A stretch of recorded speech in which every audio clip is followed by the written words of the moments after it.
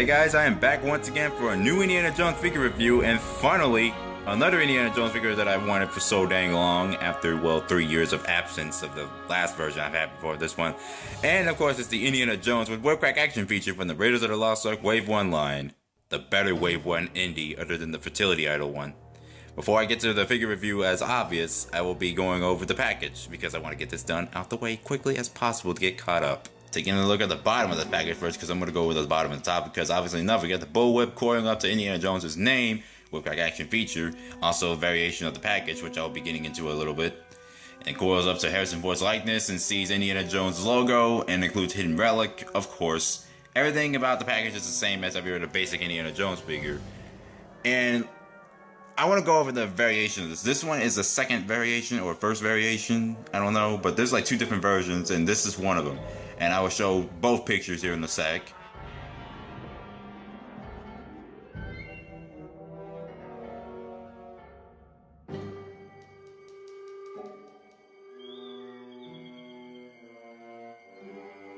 Now there's a big difference because I actually did have this figure 3 years ago, and I want to tell a little history of how much I actually love this figure. But anyways, 3 years ago I used to have this figure and I had the spread arms version instead of the obvious rare pose like this one. And I'll go flip over the side, and well, the sides don't have anything relevant, but I'll flip over the other side. So this is the back side of the package, and we got the Indiana Jones logo at the top with Harrison Ford at the side. Harrison Ford again in the bio picture of him cracking his whip up to the, well, obviously not that same Cairo sequence that I like so much in the movie and the Cairo marketplace. And there's the bio up there if you want to pause that and read it. I don't have enough autofocus, but this package is trying to fall out. And of course, down there you got the package, and you got the figures shown. You got Wave 1 Indy Sala, which I actually did get and will be reviewing later on after this figure. Renee Belloc, Cairo Swordsman, Marion Ravenwood, which I did have, but the deluxe version, and the German Soldier. And at the bottom there, we got the Ticket to Adventure and the website.com, obviously. And of course, this was made by Hasbro, which was good at these figures, and I'm not gonna lie, most people hated these figures, which I really didn't like. The fact that they are hated on these figures. But anyways, that's enough of the package, and let's get on to the review of the figure. So here's the Indiana Jones figure himself, and obviously enough, the proportion of the figure does look great, and the whole entire stance, well, it does have a problem, what I'll get to in a little while. And anyways, the figure itself is actually has a lot of play value to it. But I'll be getting onto the head sculpt first if I can get to autofocus, because obviously enough I do have problems getting onto the autofocus, so I'll get to that. Here's about as close I can get to the face now. Now, the likeness of Harrison Ford at this time around, this one being the first, well, second, or whichever Indiana Jones figure just came out in the Wave 1 line, this one actually is a lot better than the other one they came with the Fertility Idol. Although, I don't think it... Oh, wait.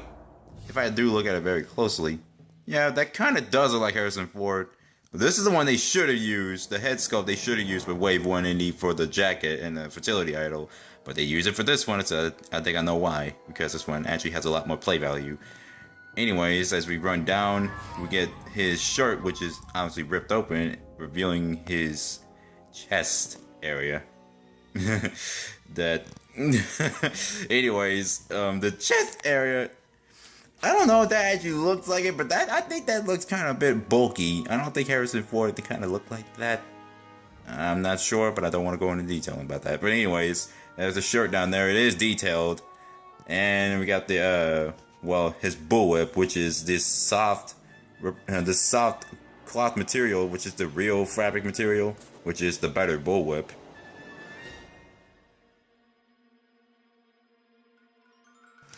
And we got this working holster down his waist with the belt and the working whip clasp, and he obviously goes down his legs. One of them on the other hand is articulated, but the other one, I'll get to in a second, is very limited on the action feature. This figure is still one of my favorite figures, mainly because of this action feature, which I will go over in a sec right now. So, oops. Anyways, this figure does have some balancing issues, if you want to call it that. So, if I lift the arm up like this will be taking a little bit more... Okay. With the armor like this and the action feature, you squeeze its legs. I get the Bullwhip stance. You squeeze his figure's legs and get the autofocus right. There you go. And this is what happens. If I can get it better. The action feature does have a little bit of problems, but it does work if you get the posing right. Okay. Okay, if it goes super crazy. Okay, the Bullwhip was flying a bit. Okay. And yeah, the figures does have some problems though, but despite having problems, it's still one of my favorite figures. And the action feature works pretty well if you can get it to work right. I go to Cool Toy Review and see the image where Indiana Jones cracks the whip. It looks good. Although, there are a few problems with the figure though. One having to be this leg over here. This one is... oh, it cannot move because of the action feature. This one can move up and down. And also, this arm is loose. That's like the first time I experienced this figure, the arm was loose. But, hey, to get the action feature to work, you gotta make the arm loose. So, that's all I can say. Yeah. And the action feature is fun. Well, obviously enough, if it's back then for 2008 standards. This was made in 2007, I think. But released in 2008 for the Indiana Jones Crystal Skull movie. And of course, I do like the figure the way it looks and the way it turned out. And of course, the autofocus still works like crap on my phone, so it can't focus right. Also, inside the working holster came his pistol. Of course, this is the same pistol they use for every Indiana Jones figure. Well, sort of every Indiana Jones figure. And it's kind of bent because of the holster. Well, it wasn't really bent the first time I got this, so I put it in the holster, kept it there, and of course, the holster would bend the gun.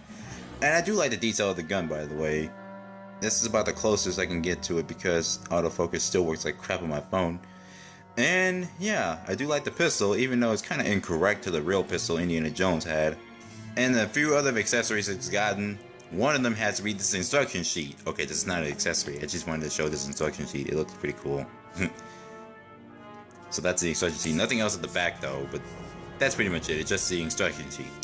But here's the real accessory it comes with, which is the artifact. The top secret artifact. I haven't opened it yet, but I pretty much know what's inside. And it came with this. The Grail tablet for one of my favorite Indiana Jones movies to ever exist, The Last Crusade. This, on the other hand, I do have another version of this one, which the paint doesn't look a little bit scathed, but this one looks a bit more better by the paint. It has a little bit of a gloss to it, I think. Like wetness to it. I don't know how that works, but yeah. This is the Grail tablet. It looks very detailed and like the Grail tablet from the movie. And it's kind of strange. They gave a Last Crusade artifact to a Raiders of the Lost Ark Indiana Jones figure, which is pretty good. And obviously enough, is one of the best Indiana Jones figures I've actually gotten so far. And this is one of the best artifacts I've gotten so far. And here's time for comparison time. So we're going to be going over the many variants of other Indiana Jones figures to be released. On the side, we got Temple Trap Indiana Jones. With my custom Indiana Jones with the Cairo version with the Temple of Doom head. Obviously not the one figure we're reviewing right now. Wave 1 Indiana Jones with the fertility idol from Raiders of the Lost Ark, and one with the ugly head sculpt. And we also got Last Crusade Indy, another one of my favorite Indiana Jones figures. Now let's take a look at that head sculpt. Now you see the comparison? This one is ugly, this one looks better. This one looks ugly, this one looks better. You know, you get the picture. But although we do have several other different head sculpts that try to match Harrison Ford's likeness, but this is the only one that can match it. Like, literally. This one, and this one is close to that, but we'll just say that one. And like, this one and this one can match it. I don't know. Like, Hasbro made several different head sculpts, but this is the best one! And here's the other figures, Marion Ravenwood and Indy's father. Comparison enough that the fact that, Indy's father is a bit taller than Indy at this position, and Indy's wife, Marion, is obviously at the same position, like the same scale. Sorta at that point, but Indy's a bit taller than Marion. So, yeah. Comparison done. So now, that the figure review is done, now here's my final thoughts. I will be giving this figure pretty much at around a 7 out of 10. Sure, it does have flaws, especially with the arm and leg features, like mainly the leg for the action feature, and the arm that's loose. But all in all, the play value is great, the working holster is good, sorta, and the head sculpt is also pretty decent. But all in all, the figure in its Cairo form looks good, and I do like the way they made this figure. And of course, I did have this 3 years ago and got a new version and supposedly a rare version. And Yep, that's pretty much it for this Indiana Jones figure review, and I hope you guys enjoyed it, and stay tuned for the Sala Indiana Jones figure review, and I'll be seeing you guys later at that review.